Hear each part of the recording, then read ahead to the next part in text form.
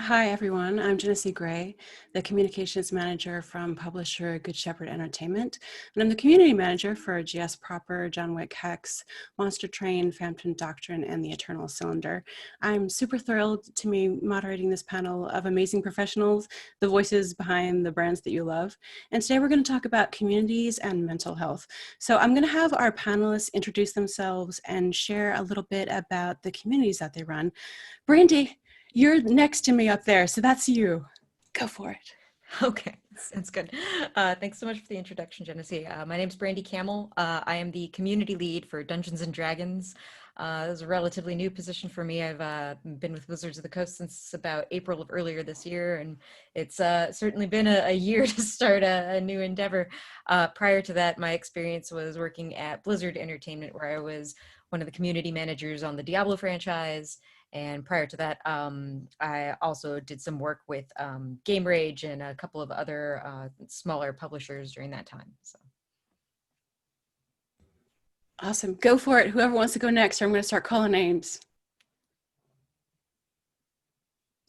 Okay, I'll go next. I'm Catlo.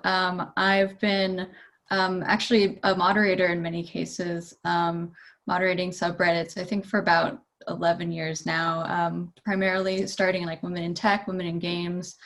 And then I started doing kind of community work for creators. Right now I'm working with creators for YouTube, helping sort out and run their communities. And right now mostly working for H-Bomber Guy YouTubers community through Discord, YouTube, and Twitch. And the rest of the time I'm actually spending a lot of time consulting and working on building tools for people doing community management and moderation. So working a little bit on the design side a bit these days, and very much working from a mental health perspective.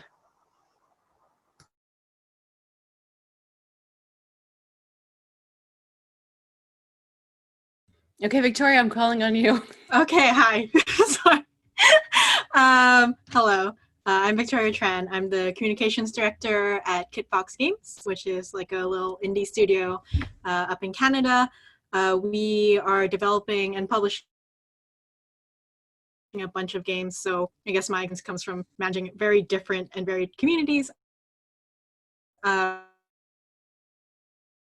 also publishing games like Dwarf Fortress, which is just a really old, very, very interesting game. So yeah, that's kind of the experience we have of just handling a lot of different communities that come from very different genres and very different backgrounds. Linda, that leaves you. Yeah, sorry.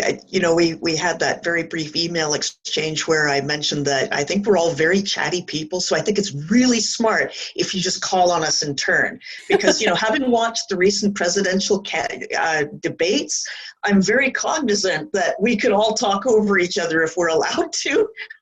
Anyway, I'm Linda Carlson, and I've been working in online gaming for about 20 years. My start in community management was when I was about 14 or 15, and I started organizing D&D groups. Things haven't really changed much since then, in the days before power and airplanes and so on.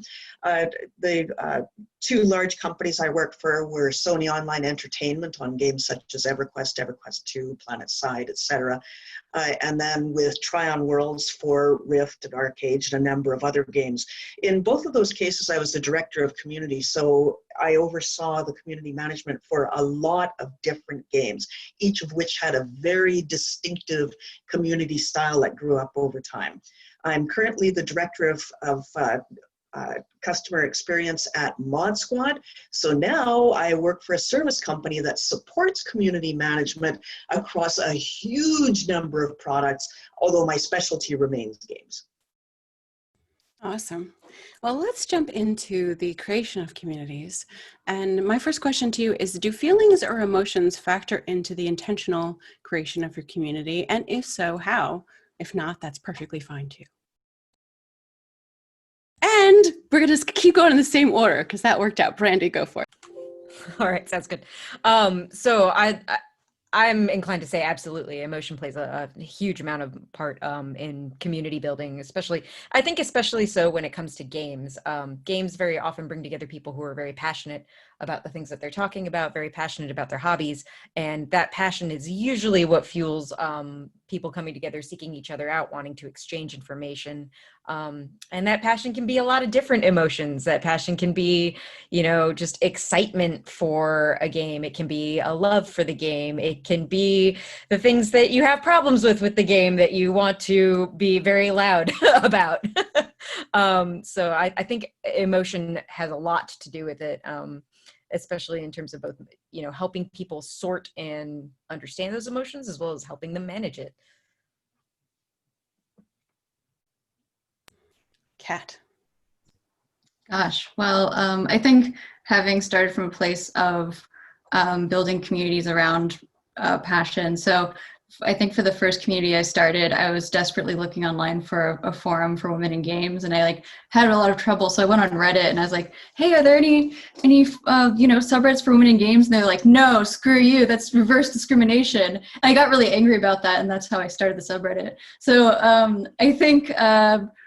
Yeah, having a passion either direction, I think really helps to also help build momentum, because I think people do feel that energy. And I think even knowing, I mean, I think there's some element of not feeling contrived, but having a personal motivation behind that community, I think is really important.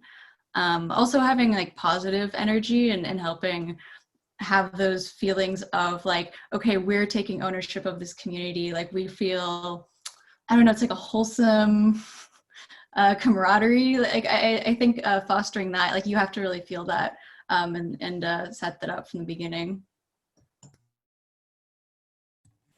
Yeah. Awesome.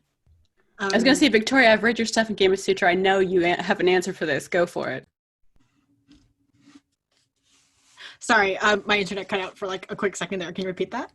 I just said I've read your stuff in Game of Sutra, and I know you have an answer for this, so go for it. I do. I have so many thoughts and feelings about this. So, yeah, I think a lot of community management and games in general are based around feelings and passion, as we've mentioned, and being able to channel that energy, but also kind of be a leader and be a role model in terms of the kind of energy you expect from the community and whatnot, because games aren't just a product anymore. Like they are definitely how we form communities and how we learn about a lot of social situations and how we interact with each other now, especially now that we're mainly stuck online and social distancing and whatnot.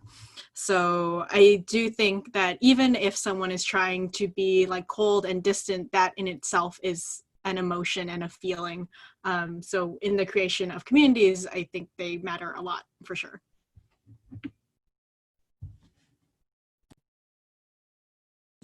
Linda.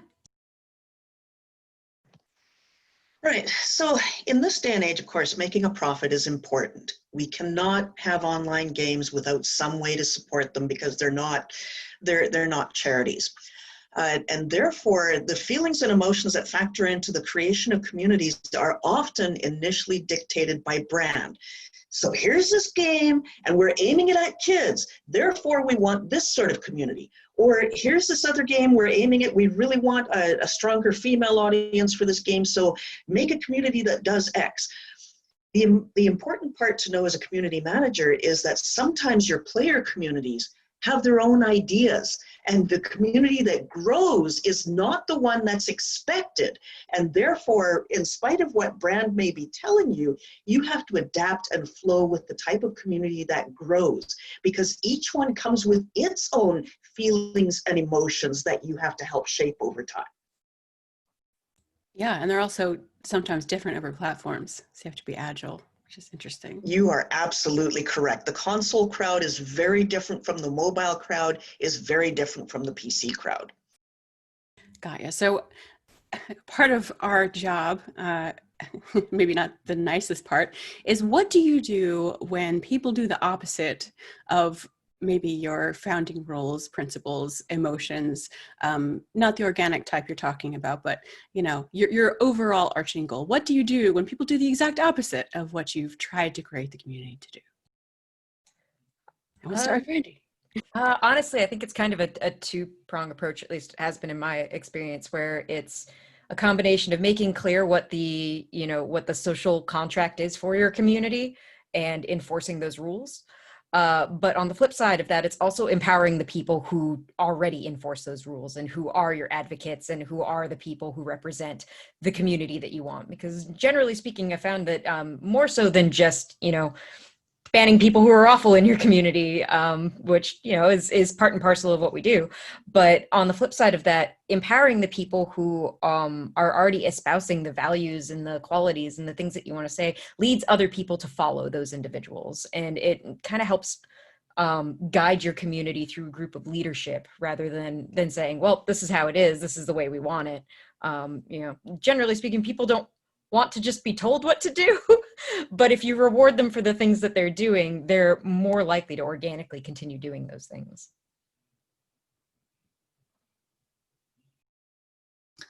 Well, I guess you said a lot of the things that I wanted to say. So like, especially with like the empowering people in your community, I think there's a little bit of like being a disappointed mom or dad, or like, you know, being a bit stern. But yeah, I think kind of enrolling the community and like sort of setting the stage for how people should be. And I think there is, like, I don't want to like encourage community members like policing each other in an unhealthy way, but I do think that there is a vibe and that there are ways that people like reinforce, you know, ways that you should treat other people in the community that discourages people from, or it causes them to definitely fall back a little bit when they realize, oh, the people around them are not supporting this kind of behavior and are not coming on board.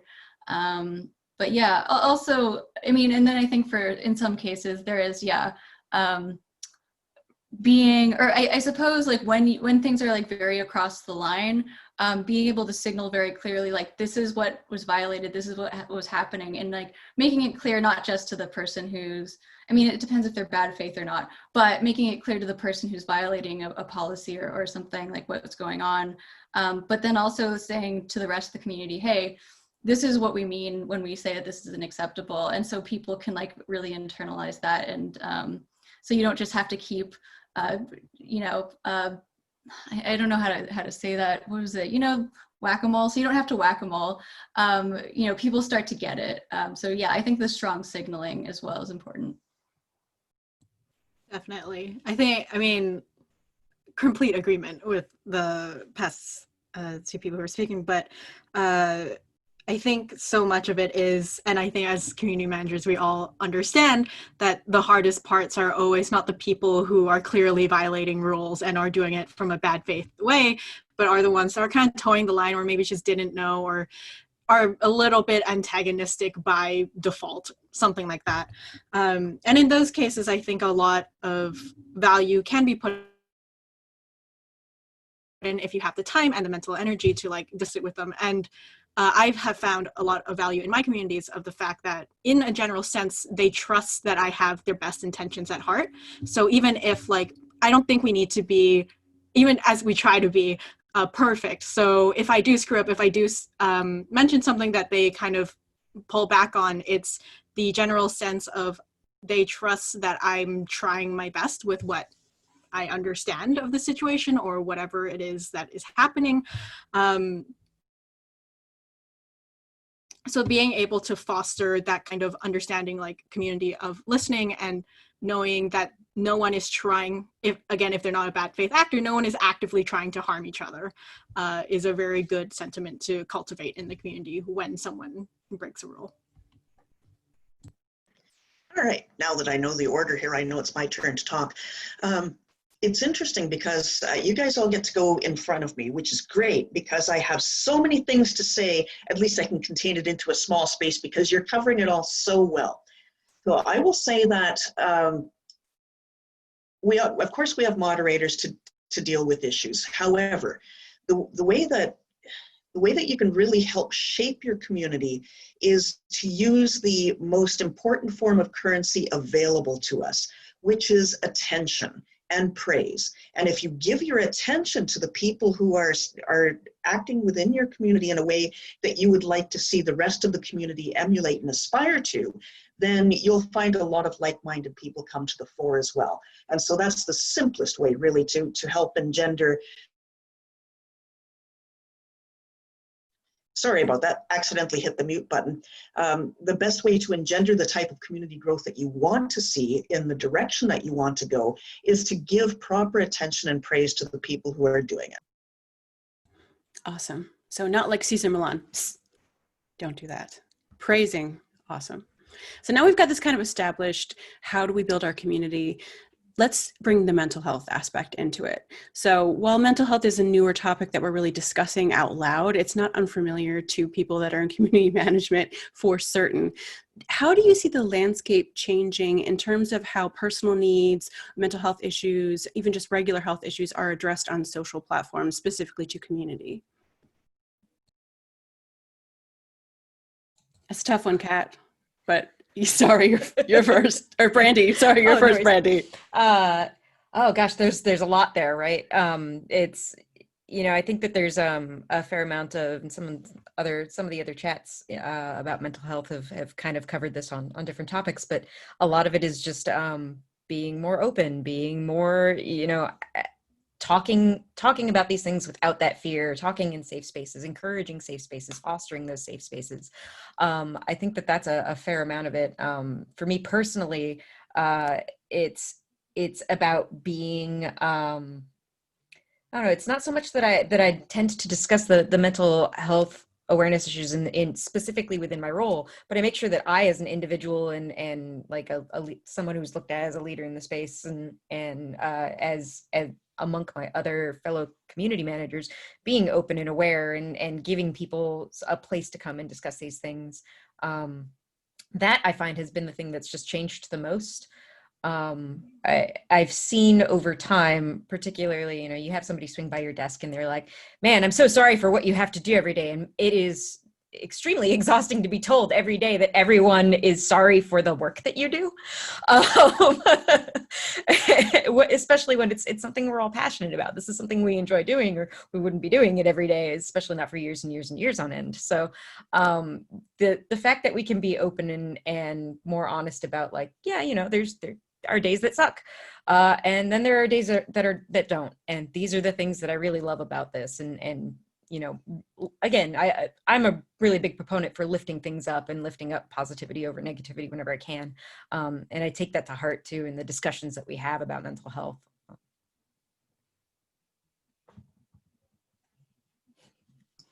Gosh, I can't decide if I should say like where I think it's going or try to enforce how I think it should go.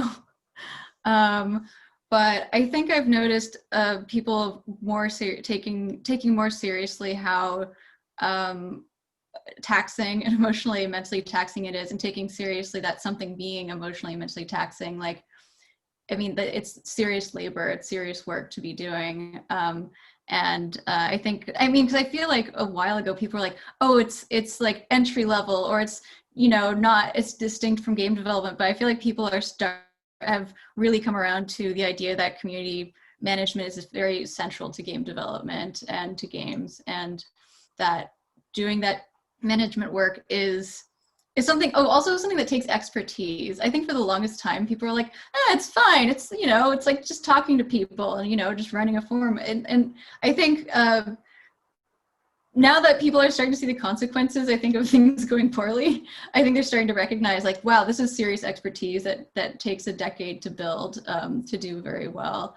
And that it needs more resources. It needs to be respected more, I suppose. And also, yeah, it needs support on that mental health level too. And I do hope it does kind of go in the direction that Brandy's saying, where it's like less of the like, oh, I feel sorry for you that you're doing this, but no, this is really awesome what you're doing, and you're making a major contribution that is extremely distinct. Definitely. I think I saw like a tweet somewhere where they were like, every community manager should have free therapy. I was like, yes, give us therapy. Not to say again that we don't love our job and that we're not. Anyways, I think one of the things that I've noticed more of a shift in, which I really like, is the fact that I knew a lot of community managers and PR people who were afraid of talking about being sad or depressed or whatever, because it felt like it would indicate that they couldn't do their job, as if like somehow we were supposed to be like really empathetic and compassionate to our community, but also like keep up a barrier, and you shouldn't let it get to you because, you know, don't take it seriously. This is your job. It's just a game. Don't worry about it. Which felt very wrong and not correct and didn't make sense at all. So I think the fact that we're all able to talk about it more and realize that no matter how many years you've been doing something and how much you may love it, like having a difficult time with it is okay and is fine and is very normal.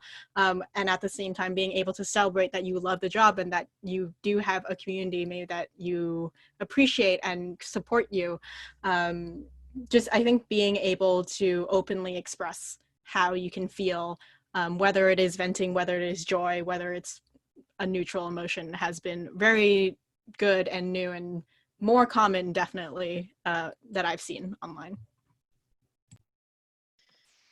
As we're talking about mental health in our industry, I'm going to say that my opinion is that the open discussions about mental health really originated within the communities themselves, where our online gaming communities, especially if you're involved in guilds where you develop groups of friends that are so far outside of your real life that they become safe spaces. I hate the term, but that's what they are. They're safe places where people can discuss the challenges and traumas that they're going through in everyday life.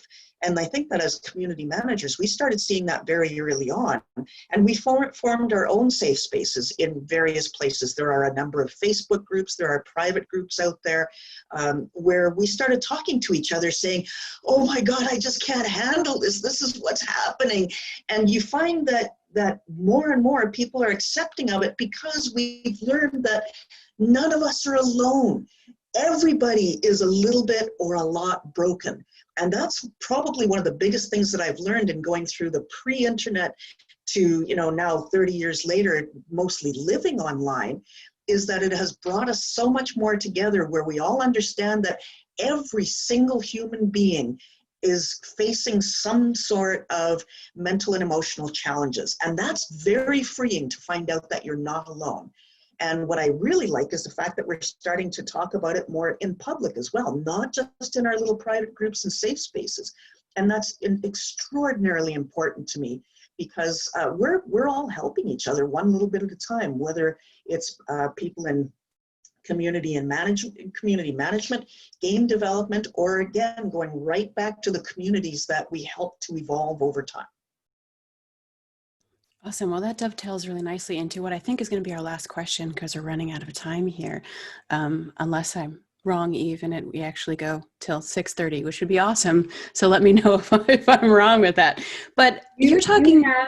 You have 30 more minutes. Oh my gosh, great. Okay, good. But I'm still going to ask this question anyway. Best news ever.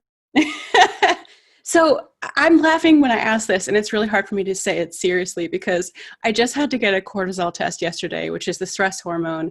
And it happened to be the same day that we announced one of our biggest games is coming to another like 5 platforms. So I know it's going to come back and the doctor's going to go, Jenesee, why is your cortisol 300 times what it should be? And then I'm going to stress about being stressed.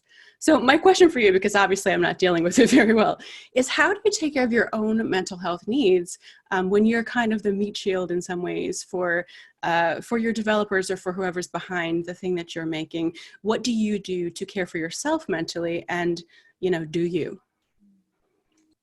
So I was actually just joking about this in session chat earlier, but I'm actually on a decompression vacation right now.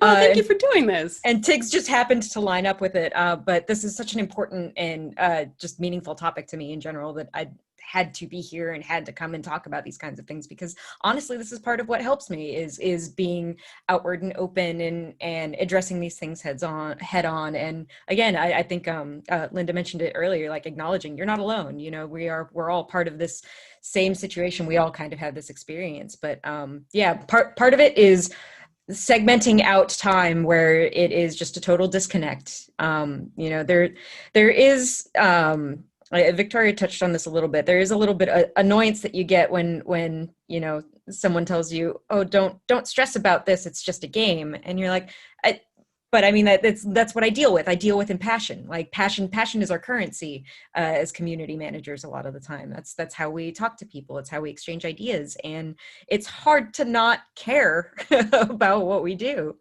But I think there are times where you have to put yourself in that box and cut yourself off from a little while about it and be okay with walking away.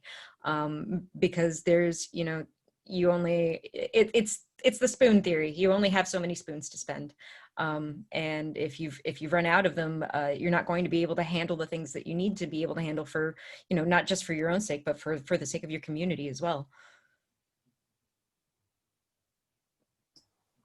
Yeah, I feel like it's really tough for me to learn to compartmentalize. So I feel like I had to make it as concrete as possible. Like it's very hard to make it a 9-to-5 job because the forums are always there, you know, like things are always happening on social media. So part of it is even like, I'm not going to look at Twitter from these hours. I mean, and that's also hard to do, but you know, We're in those global time zones.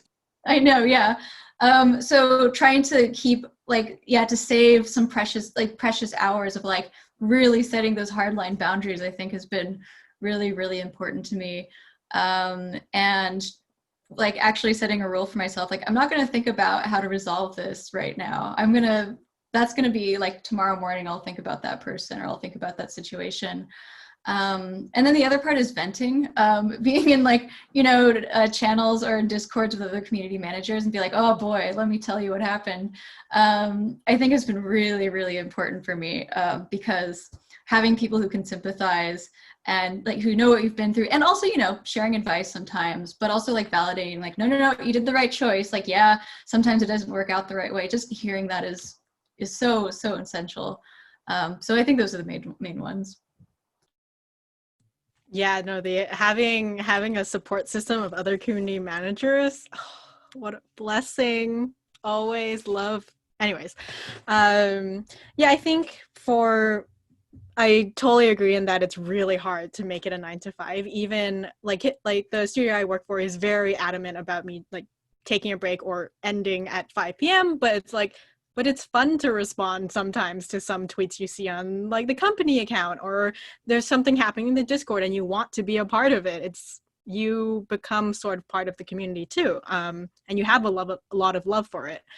So I guess the ways that I've tried and continue trying to kind of have that separation is like one, making it clear to the community that while I may participate during certain times, that it shouldn't be expected ever, like especially on the weekends I try to totally tune out. Removing like the Twitter app from my phone homepage and then realizing I still will poke it by like muscle memory and then suddenly opening up a completely different app and be like, oh no, it's that bad. And while I do really find it, and I love having a support system of CMs and people who understand what I'm going through, I found also what has been really nice is to have people completely outside of games, because they'll kind of help you reground sometimes when for me at least, when it feels like it's a little bit too much, or like it feels like games has just enveloped my entire being, especially as a hobby and a job. Having someone to take you out of that space is really helpful and calming for me. Everyone's got their own path to finding peace and a balance point in their lives.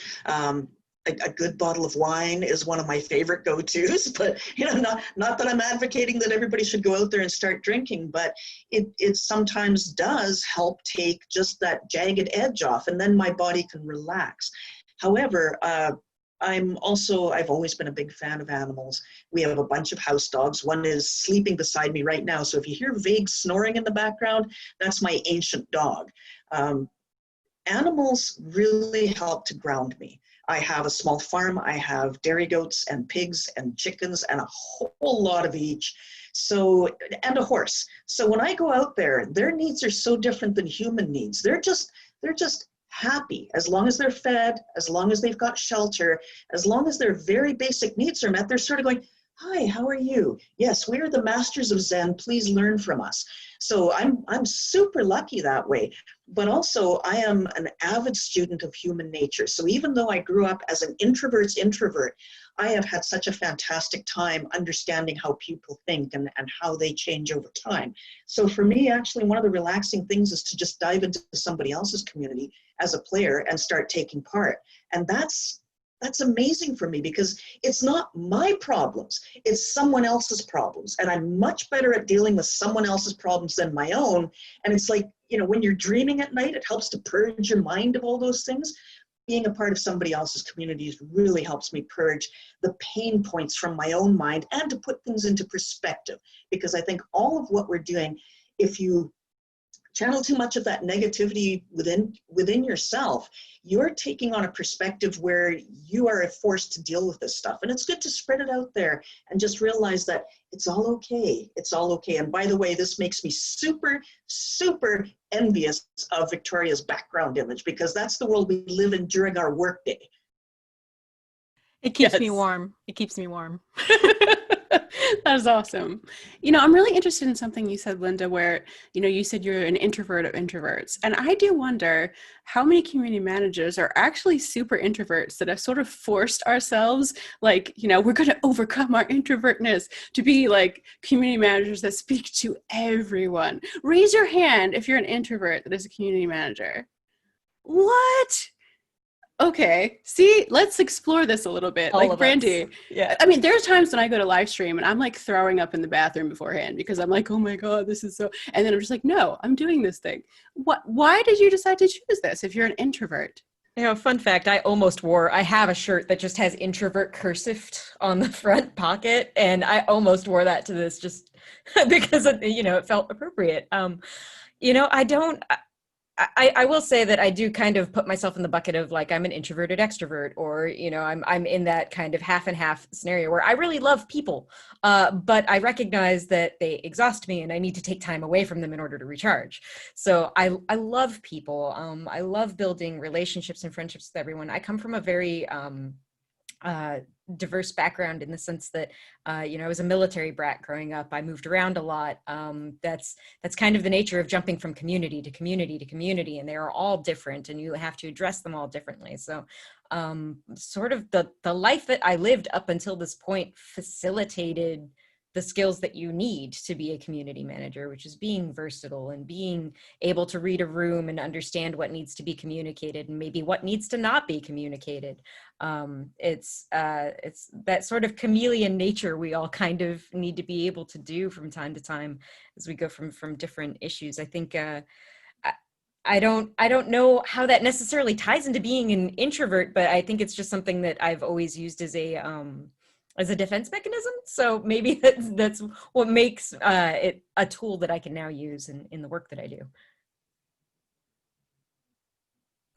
I think in a weird way, because I think I have like I feel like I'm probably somewhere in the middle there, but I definitely have like an off switch where that, like, you know, like when you have a circuit breaker, you have too much energy that goes through and it just turns off. Like, I think at a certain point, yeah, like after just like being constantly online, constantly managing a lot of these conversations, like it'll just turn off suddenly. I'm like, well, that's a great time to take a break, to step away. Because I think when you're in that like halfway point where you're like, I'm pretty tired, but I guess I should still be on since I'm, you know, still have some energy, that ends up being exhausting. You're not as productive as you want to be, and it sucks. So having that kind of button or the switch that completely, it turns off, I think really does help me compartmentalize a little bit.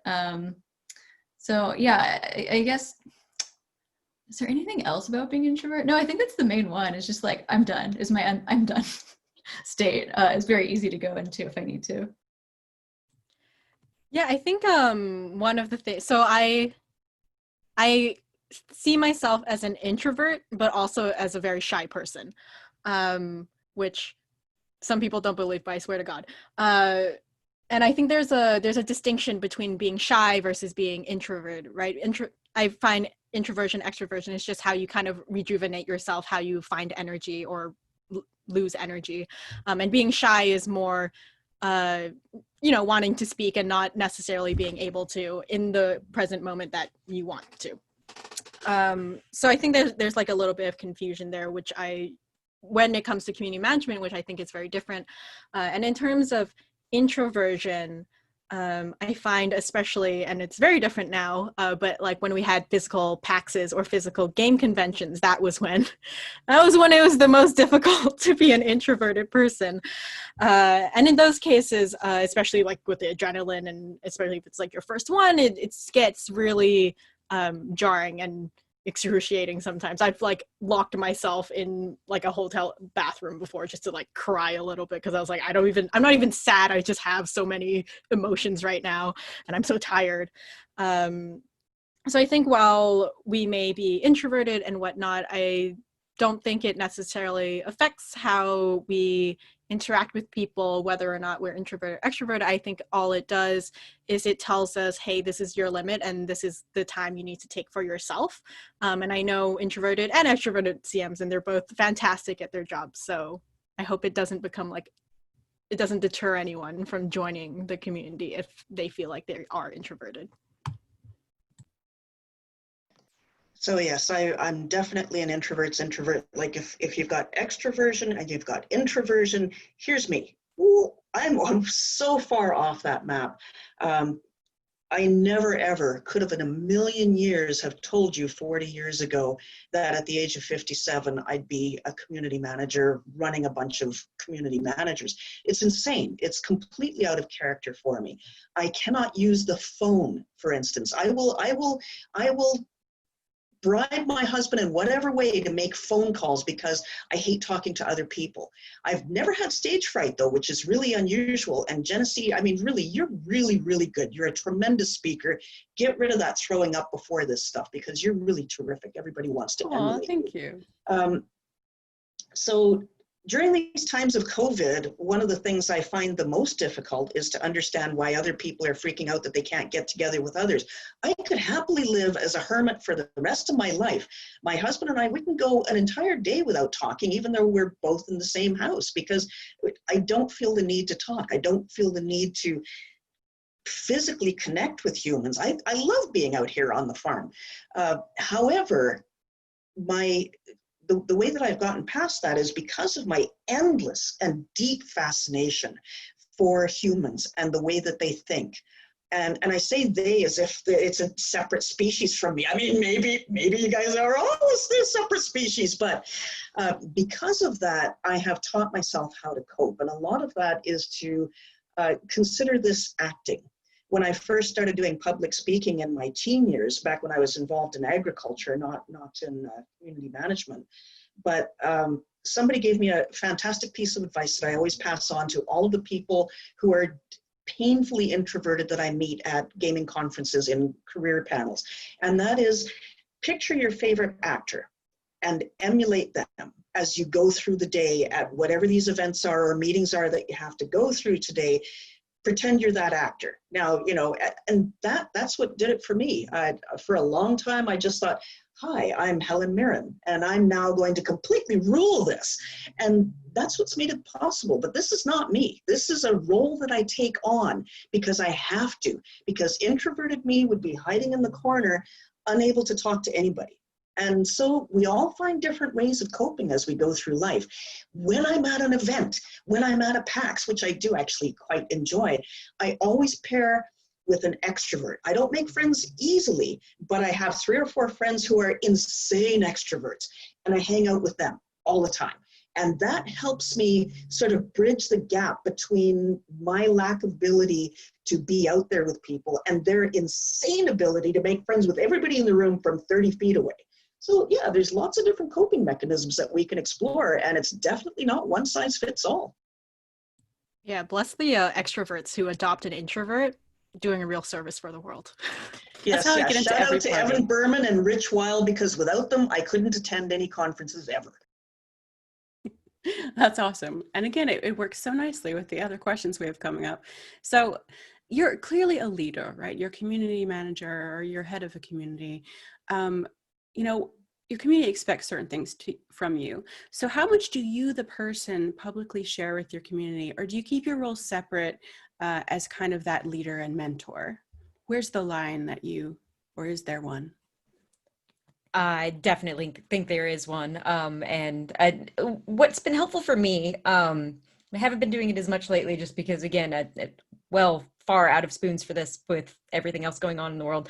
But what helped me the most was that I created my own community versus the community that I do for work.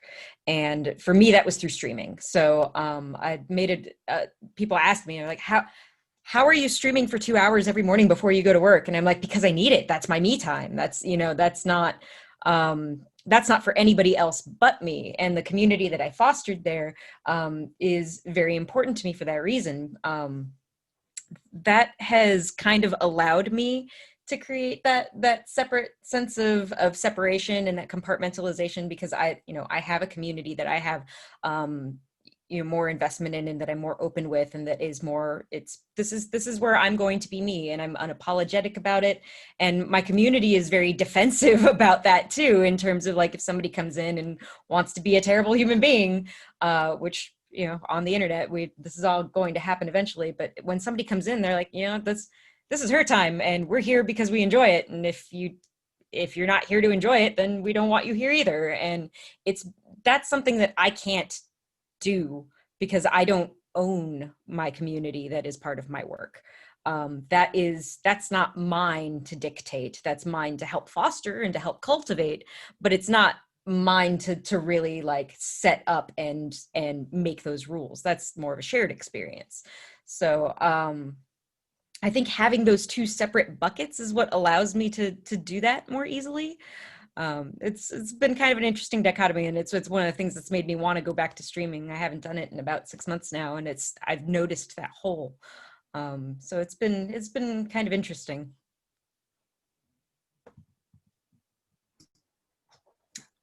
I think I used to be much more vulnerable online. And I think maybe somewhat cynically, I think there's something to be lost sometimes when you are a bit vulnerable on the internet or with your community, because then, I guess I keep going back to Reddit. I no longer spend too much time on Reddit. I used to spend too much time on Reddit, but, like, the experience of somebody, like, going through your Reddit history to, like, learn things about you, I think made me realize, like, okay, well, maybe I do want to separate these things out a little bit. And so I definitely have separated things a lot now. And in fact, I think the one nice part about it is in conflict resolution, when doing mediation in like your community or among folks in your community, I think the fact, like, if people don't know too much about you, they're more, in my experience, they seem more likely to receive you as, like, this sort of neutral party, because they're like, they don't necessarily, if your presence is that you're, like, I don't know, chill person in the community, but they don't, like, have too many preconceived notions about, who you are, maybe your politics or whatever, I think people end up being much more receptive to you as this, like, intermediary. So yeah, I think I do separate it out a lot. I think on some level I am, like, still honest, like, emotionally on some level, like, in terms of affect, but in terms of, like, the details of my life or some of my personal feelings, like, ideas about things, I do keep more compartmentalized. Yeah, this one's, like, a difficult one, I feel, personally. Because for me,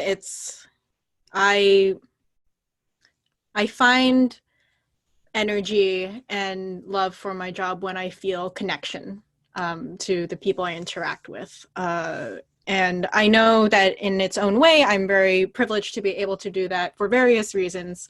One of which also is obviously, like, the community we have is quite small. Obviously, the larger a community gets, the more you have people kind of just joining for bad faith reasons. So for me, the way I sort of have tried, because I do try a little bit to separate myself from it, because I don't want to be engulfed by it, and I want to be able to define myself by other things that aren't just my job or games, is by having, I guess the way a friend once described it is like a pleasant enigma of, yes, I will share things that I don't necessarily consider too much of value. Like if it were to be revealed to my mother that I'm sometimes thirsty on Maine, I'm like, this is not of much consequence to me personally, I think. But more personal feelings of like things that I've gone through, or when I'm feeling like genuinely very bad, I keep to myself. And because that's not something I feel the need to share, and I don't pressure myself to share that. It is, if I'm going through a struggle, it's my struggle, and I get to decide who gets to hear that, whether it's my mods, whether it's a partner, whether it's my family. So in that sense, I think I keep up a sort of barrier in terms of like, I very much believe you don't need to pressure yourself to share something you are not comfortable with. And that obviously means something very different for everyone else, but that's kind of how I do it. Okay, one of the reasons I like attending panels, and thank you so much, TIGS, for having me here, is because I learn so much at every panel I attend. Everybody has a different viewpoint here.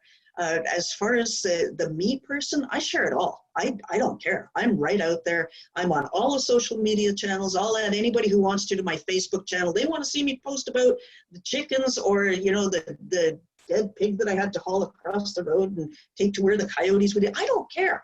I'm really out there, and I know that is kind of an odd thing coming from an introvert.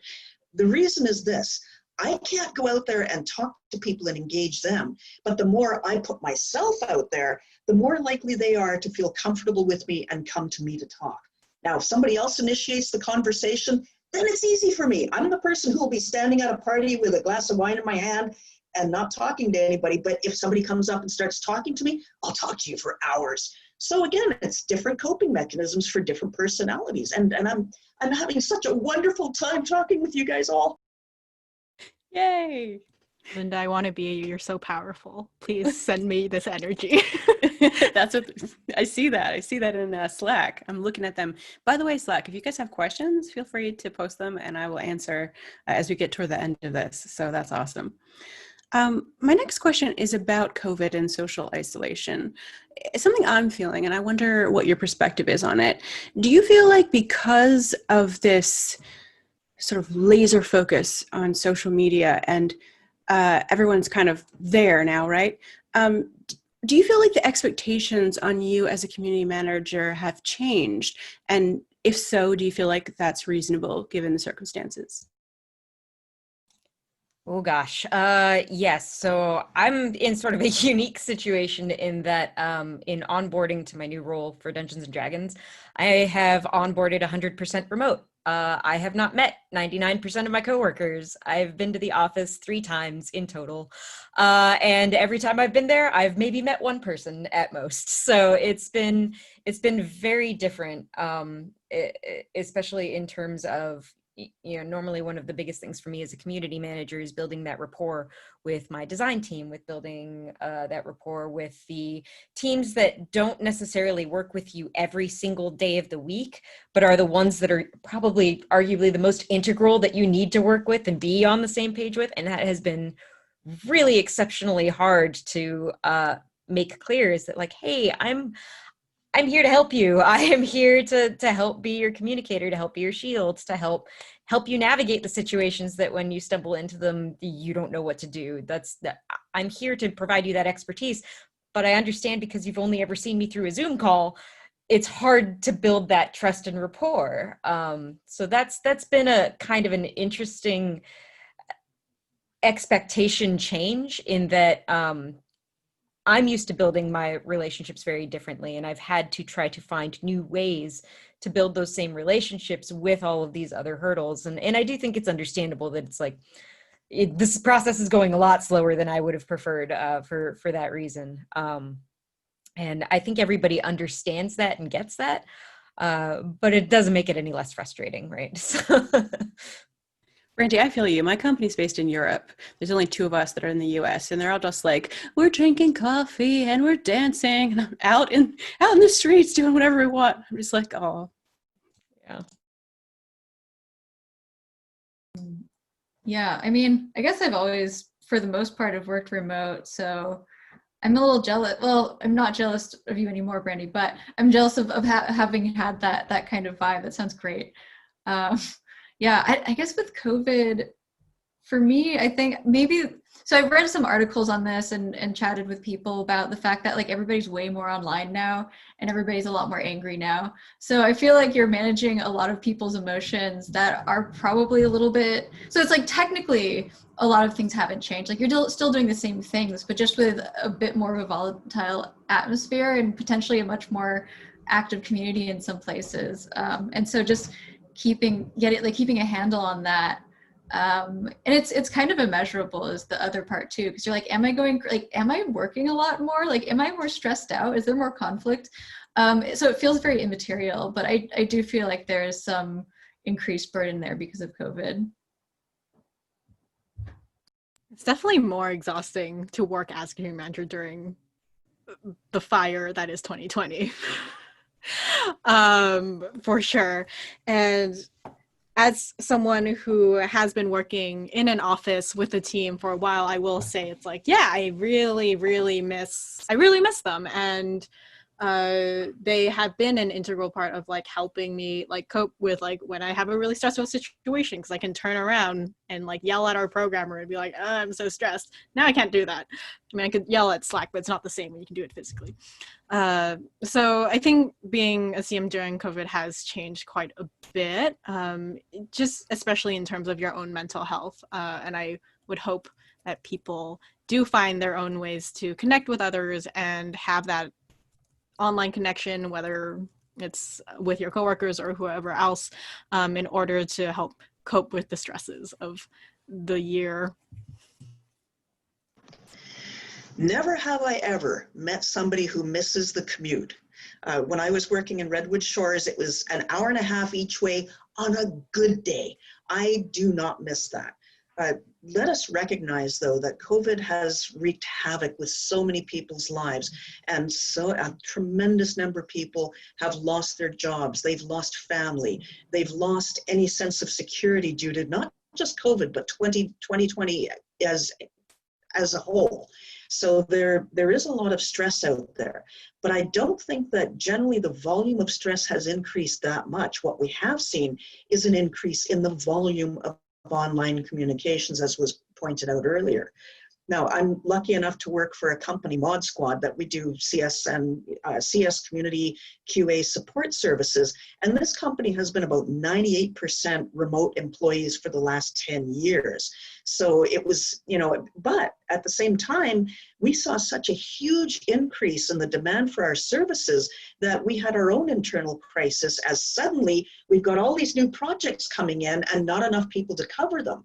So, it's little bit of a silver lining is that we've been able to offer some employment to people who have been displaced by, let's just call it 2020, because there are so many things that have gone wrong with this year. But it has changed. And yes, it is true. We have moved to more of an online life. And yet, here's my altruistic nature again. I do think that the increase of global communications directly through online services, especially with the addition of video, which helps you to see tone and intent, which is difficult to convey, and what we used to have was just the written word.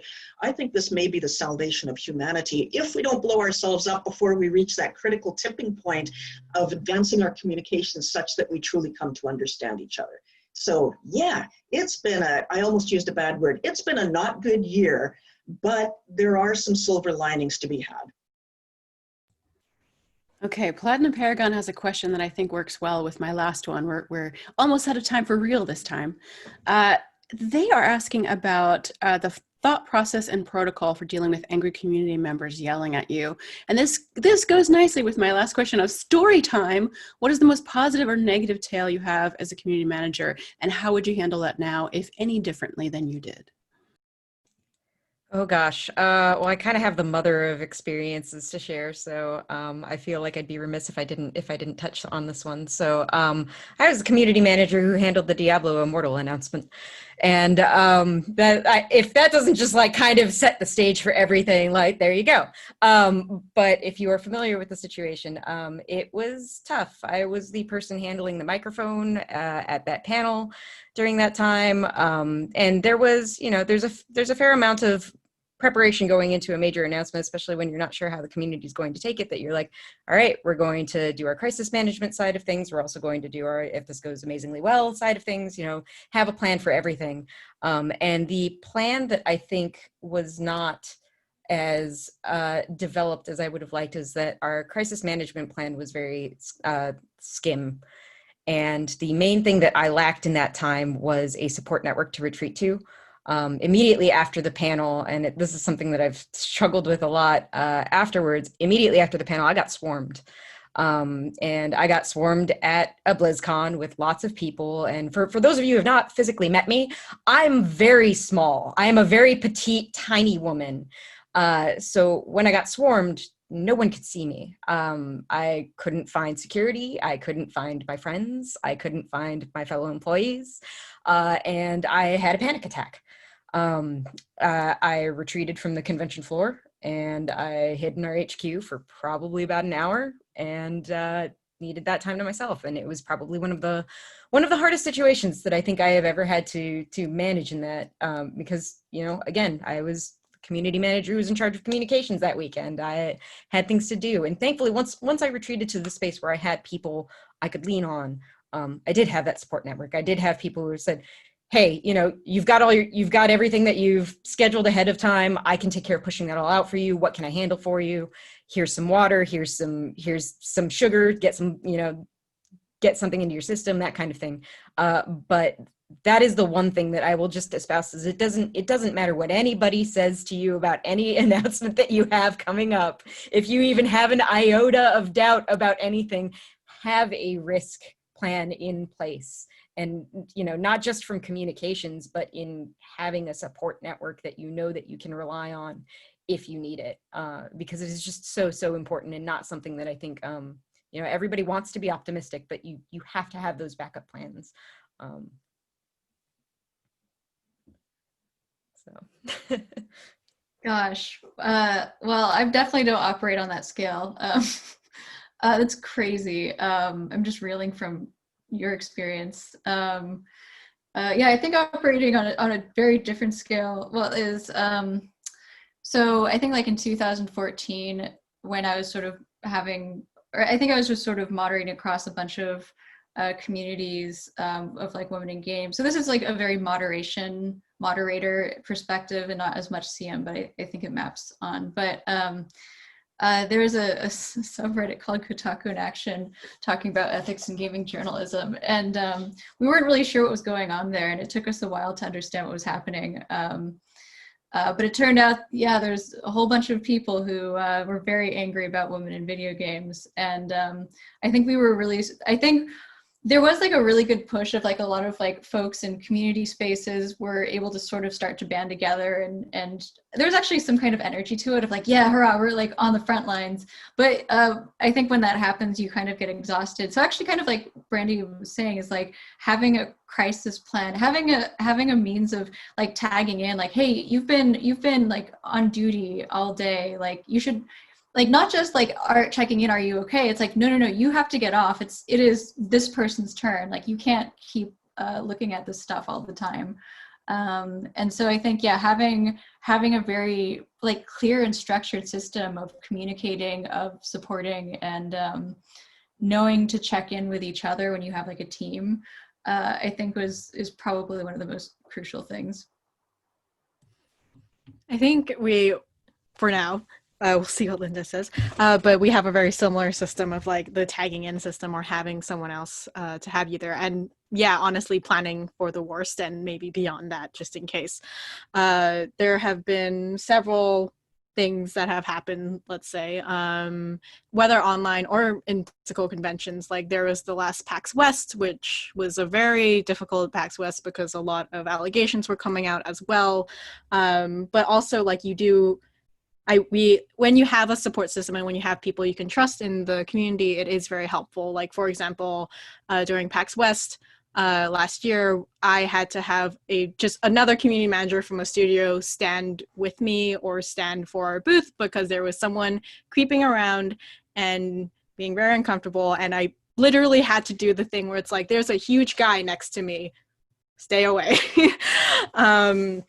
Things like that happening. Or this year we had like a bomb threat on our Discord, which was not fun and not great. And yeah, people yelling at us because they wanted a game to come out earlier, and having my mods be there for me and knowing also that like I had the team beside me. It's one of those things where as a CM, like I know we can like try our best, but it's very important. And I don't know who is listening to this, who is like a studio head, who is a manager of other CMs, let's say, to create an environment where your CM is comfortable going to you and being like, hey, this is a very bad situation for me. Like there needs to be something that's set up where it's like, hey, like I can't do this right now. Can you take over? Or is there someone else that can do this for me?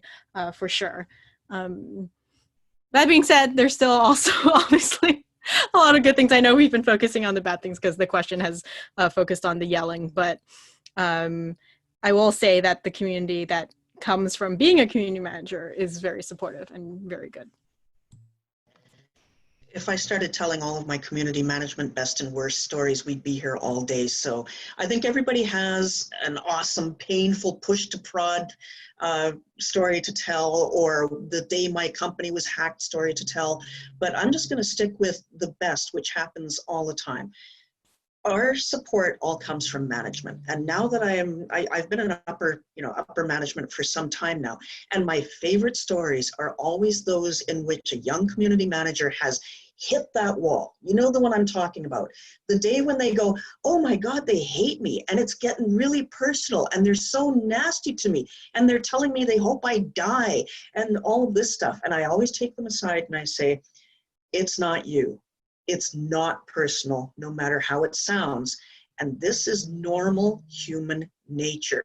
We are a very young species, and we are an extremely faulty species. And understanding that all of the good and all of the bad behavior, all of it is normal for our species. So the question is, what are we going to do about it? And that sets people onto a path of lifelong learning to understand why people act the way that they do. And again, heading towards my goal in 2079, when I'm going to be still alive and probably plugged into the matrix somewhere, is to find ways to cope, to find ways to evolve ourselves through civilization, that we have to overcome our genetic makeup and the product of evolution that we are, because humans are really, really nasty, but humans are also freaking incredible. So all of my favorite stories involve that. Oh yeah, that's a perfect way to wrap this up. Go ahead. No, Kat, go. I just said, like, I didn't actually say the best thing. It's really sad, but a lot of people I've run communities with and done crisis stuff with, like, have become some of my closest lifelong friends. So I think that's been really, really important to me.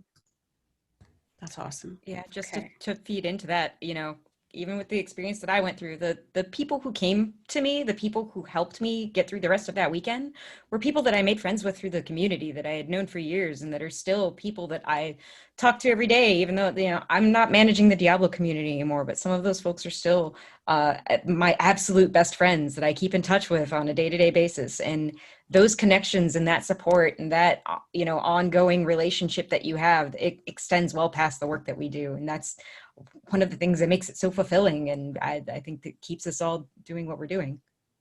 I just want to ask one last show of hands question. How many of you here are into community management as a career for life? Yeah. You can't quit that. All right, well, huge thanks to TIGS and the industry, people, leaders like Take This who plan how we can all move towards a more inclusive and positive community. And to our panelists who are awesome, and I will be friending all of you on social the second that this is finished. So thank you, and I believe Eve is here to kick us all off. Yeah, actually, to thank you all. Oh. It was fantastic, and I had a great time listening to you, and I'm really honored to have you all joining us for TIGS this year.